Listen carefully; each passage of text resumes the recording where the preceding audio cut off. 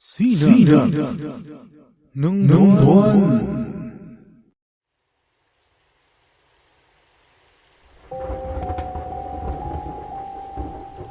Taong 2024, sa puso ng Quezon City, sa isang eskinita na tila nakalimutan na ng panahon, namamayani ang takot na bumabalot sa dilim ng gabi. Isang kwentong patuloy na naglalakbay sa bawat bibig. Isang alamat na hindi na lamang kwento ng nakaraan, kundi bahagi na ng kasalukuyan. Ang kwento ng White Lady na si Maria. Mula sa isang mataong lungsod, tanging ang eskinita sa barangay Bagong Silang ang tila binabalot ng kalungkutan at takot. Minsan itong naging tahimik na kanlungan para sa mga pamilya. Ngunit sa paglipas ng panahon, naging pugad ito ng takot at pangamba. Ang mga ilaw sa kalsada ay patay-sindi. Ang mga puno ay tila mga anino na sumusunod sa bawat galaw ng sinumang maglakad sa gabi. Noong 1975, isang trahedya ang naganap sa lugar na ito. Si Maria, isang dalagang maganda at may ginintuang puso, ay inibig ng maraming kalalakihan. Ngunit, sa kabila ng kanyang kabutihan, naging biktima siya ng kalupitan at kasakiman ng tao. Si Maria ay pinagsamantalahan, pinatay, at iniwang nakahandusay sa madilim na eskinita. Mula noon, ang kanyang kaluluwa ay hindi na matahimik.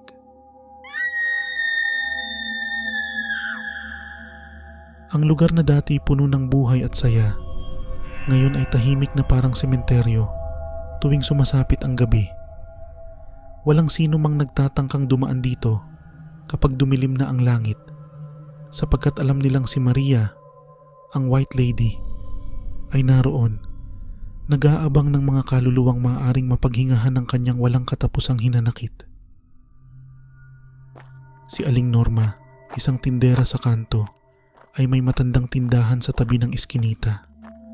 Madalas siyang magkwento sa mga bata tungkol sa kanyang karanasan. "Huwag kayong magsusugal sa inyong buhay, mga iho at iha," wika niya. Minsan, may batang hindi nakinig.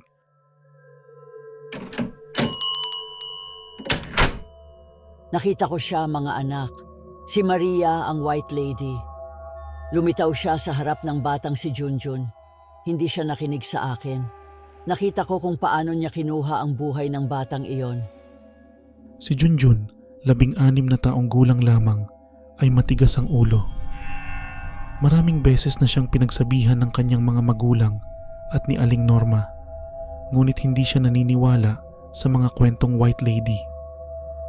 Isang gabi, naisipan niyang dumaan sa eskinita kahit pa sinabi ng kanyang mga kaibigan na sumama na siya sa kanila sa mas maliwanag na daan.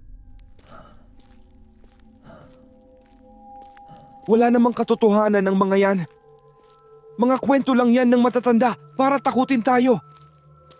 Ngunit habang papalalim siya sa eskinita, nagsimulang magbago ang hangin. Naging malamig ito at tila may mga matang nakatingin sa kanya mula sa bawat sulok ng kadiliman. Biglang napatigil si Junjun sa kanyang paglalakad. Sa harap niya, nakita niya ang isang babae, nakaputing damit, mahaba ang buhok, at ang kanyang mga mata, walang buhay ngunit puno ng galit. Sino? Sino ka? Ako si Maria. Bakit mo ako ginugulo? Hindi na nagawang sumagot ni Junjun.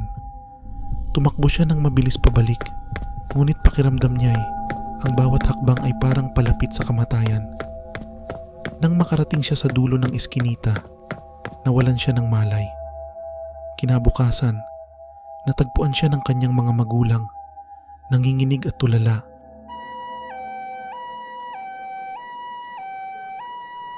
Hindi na muling nagsalita si Junjun. Hanggang ngayon, siya'y nasa ospital, tulala at walang imik. Walang nakakaalam kung ano ang eksaktong nangyari, ngunit ang mga matatanda sa lugar ay naniniwalang naranasan niya ang galit ni Maria, ang White Lady.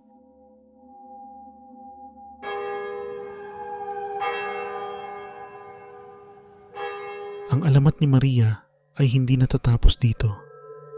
Sa bawat taong nagsisikap ipaliwanag ang kababalaghan, lalong lumalalim ang misteryo. Si Arman, isang kilalang paranormal investigator, ay sumubok na alamin ang katotohanan sa likod ng kwento. Nagdala siya ng mga kamera at kagamitan upang dokumentuhan ang bawat kaganapan sa Eskinita. Hindi ako naniniwala sa mga multo. Ang lahat ng ito ay maaaring maipaliwanag ng agham. Gagamitin ko ang mga kagamitan ko upang patunayan na ang kwento ng White Lady ay isa lamang katang-isip. Ngunit sa kabila ng kanyang tiwala sa sarili, nagbago ang lahat nang magsimula ang kanyang investigasyon. Unang gabi pa lamang, nakarinig na siya ng mga hindi maipaliwanag na tunog. Mga kaluskos na tila ba may sumusunod sa kanya. Mga boses na tila nagmumula sa malayo, ngunit hindi nagiging malinaw.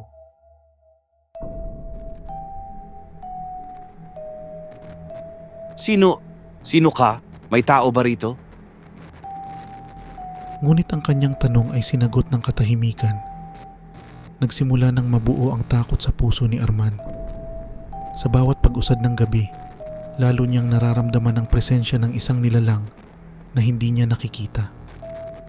Sa dulo ng eskinita, nakita niya si Maria, nakatayo, nakatingin sa kanya.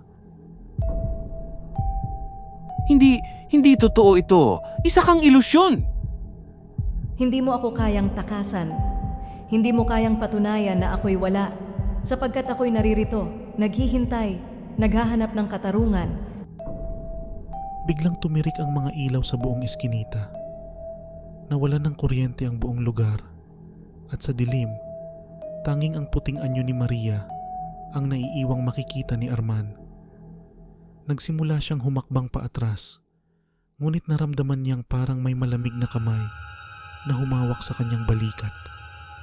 At sa isang iglap, lahat ay nagdilim. Kinabukasan, natagpuan si Arman na nakahandusay sa eskinita, katulad ng nangyari kay Junjun.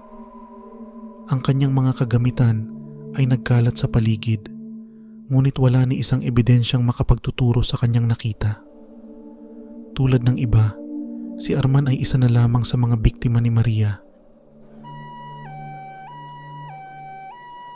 Sa kabila ng mga babala at kwento, patuloy pa rin ang ilang tao sa pagtatangkang suwayin ng sumpa ng eskinita. Ngunit isa lang ang malinaw, si Maria, ang White Lady ng Quezon City, ay hindi bibitaw hanggat hindi niya natutuldukan ang kanyang paghihirap. Sa taong 2024, sa panahon ng teknolohiya at agham, may mga bagay pa ring hindi kayang ipaliwanag ng modernong mundo. Ang sumpa ni Maria ay nananatiling buhay, patuloy na nagdudulot ng takot at kamatayan sa mga hindi nakikinig. Sa madilim na eskinita ng Quezon City, ang White Lady ay patuloy na nag-aabang. Sino kaya ang susunod na biktima? Sino ang muling maglalakas loob na suwayin ang sumpa ni Maria? Ito ang sumpa ni Maria, ang White Lady ng Quezon City. Isang kwentong hindi mo dapat baliwalain. Sina ng buwan.